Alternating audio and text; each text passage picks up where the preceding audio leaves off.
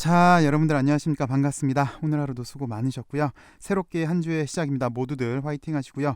우리 엘비도 좋은 흐름 보이길 기원하면서 오늘 방송 시작하도록 하겠습니다. 오늘은 두 가지 면에서 의미가 있는 것 같습니다. 일단 대외 요소, 그러니까 시장을 좀 보시면요.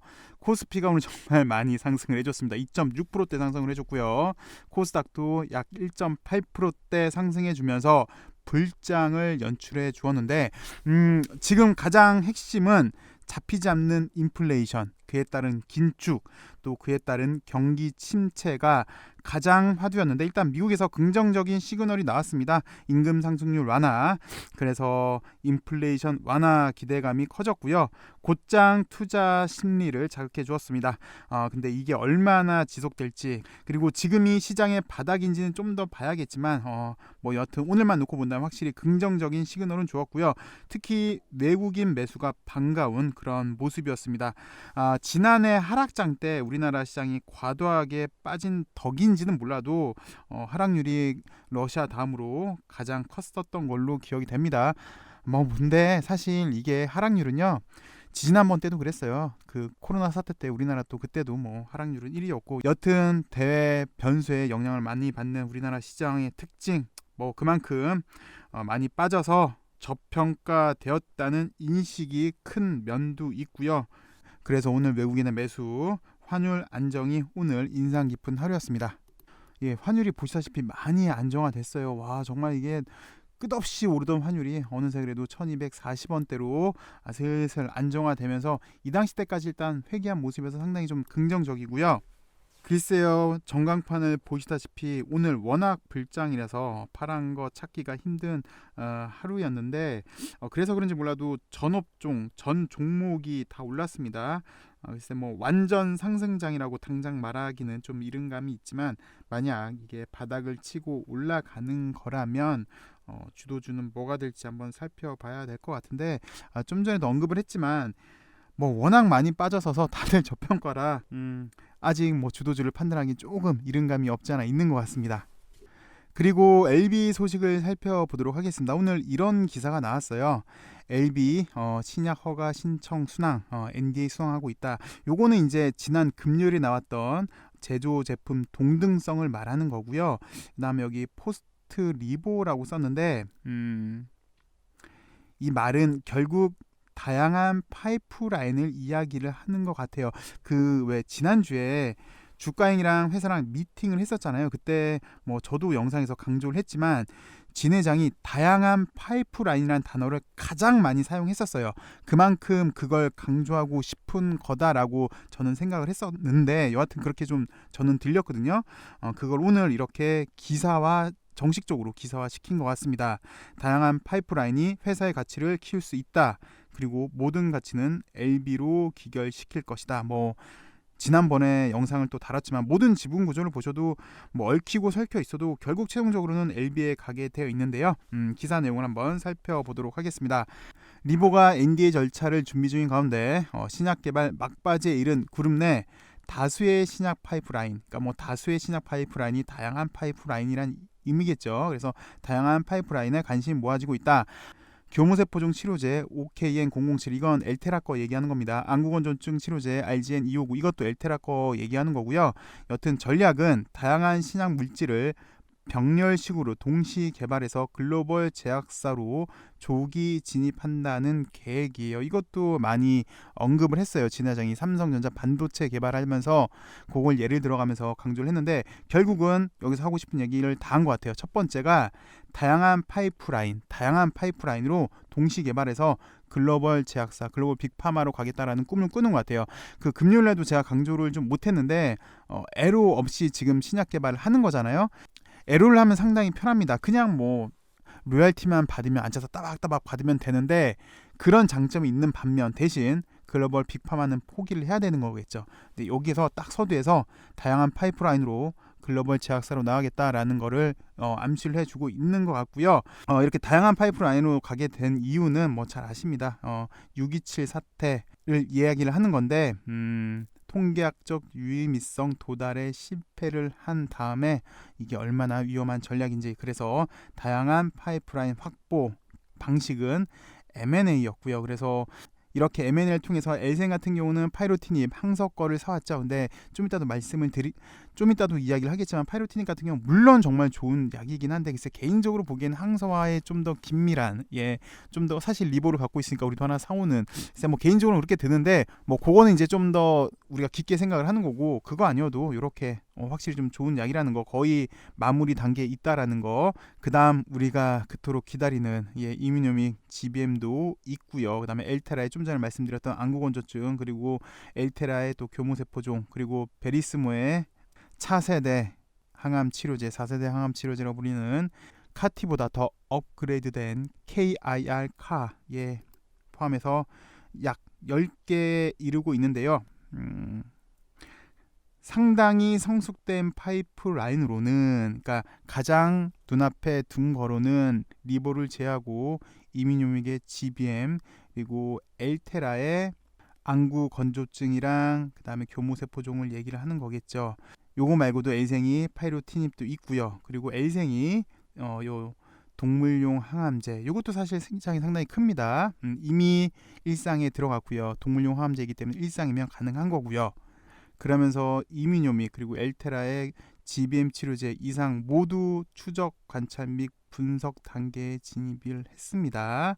그리고 베리스모의 카티 혈액암뿐만 아니라 고형암암까지 진출하려고 하는 차세대 성장 동력이 맞긴 해요. 앞으로 장기적으로 보시면 엘제가 나왔는데 엘제의 장기 지속형 혈전증 치료 주사제 그리고 엘사의 폐혈증 치료제 그러면서 파이프라인에 대한 성과가 하나씩 나올 때마다 그룹 전체 기업 가치가 상승하는 시너지 효과가 될 것이다. 왜? 지분으로 다 얽혀 있기 때문에 하나가 나올 때마다 모든 가치가 다 상승할 것이다 라고 얘기를 했는데 잠시만 여기 엘제 여기 장기 지속형 주사제가 나왔으니까 요거 잠깐만 좀 설명을 드리겠습니다. 요게 장기잖아요. 몸속에 있는 장기 말고 장기 할 때 그 장기인데 그 장기니까 오랫동안 지속되는 주사인데 요 장기 지속형 주사는 엘제 기술력이 돋보이는 거고요.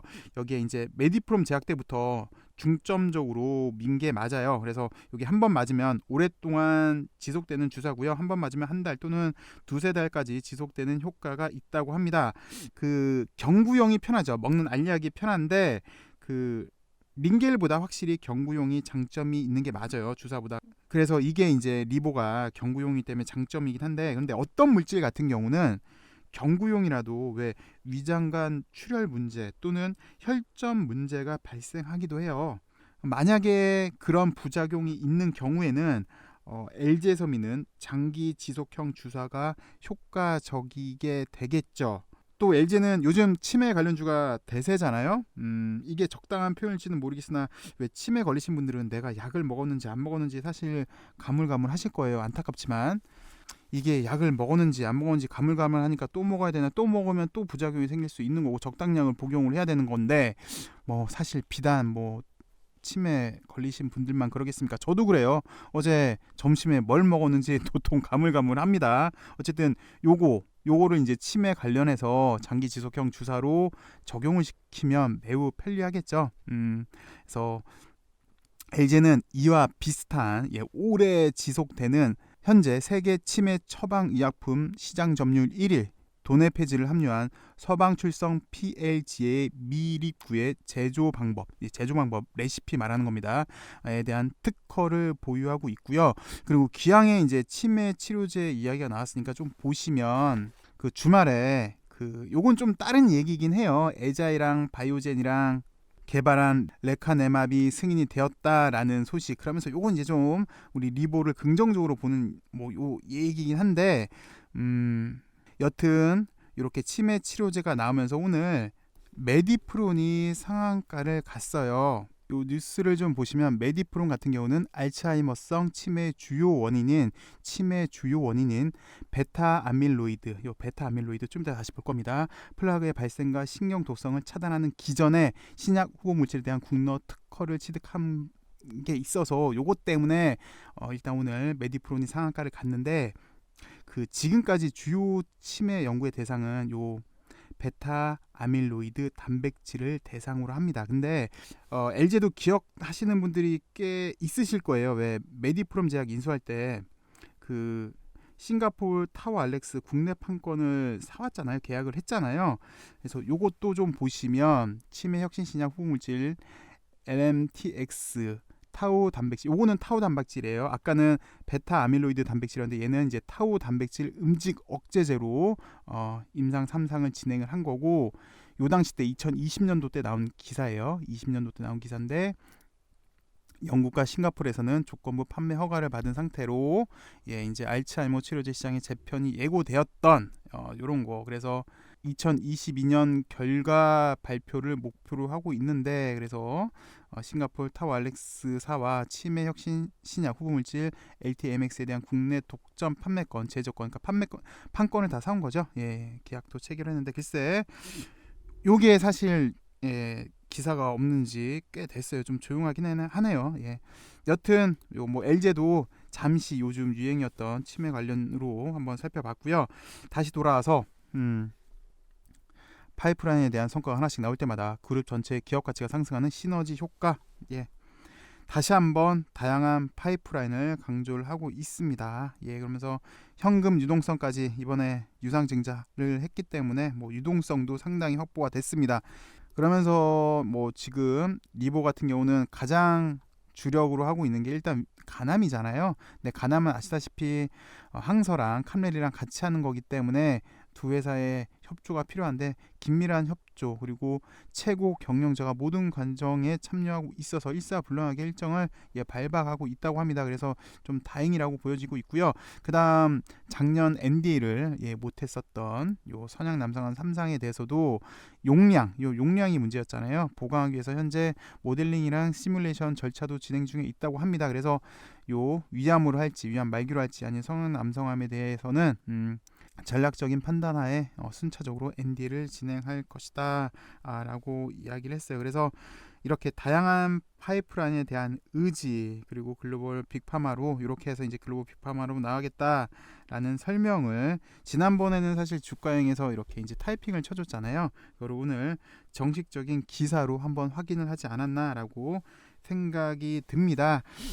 그리고 LB가 바램으로는 요즘 위에 잘 아시잖아요. 요 위에 이제 좀 위치를 하길 바라면서, 여기 3만원 밑으로는 제발 좀 안 내려오길 바라면서, 여기 이제 무슨 말인지 여러분들 다 잘 아실 거고요. 시청해 주셔서 감사하고요. 내일도 여러분들 행복한 하루 되시고요. 감사합니다.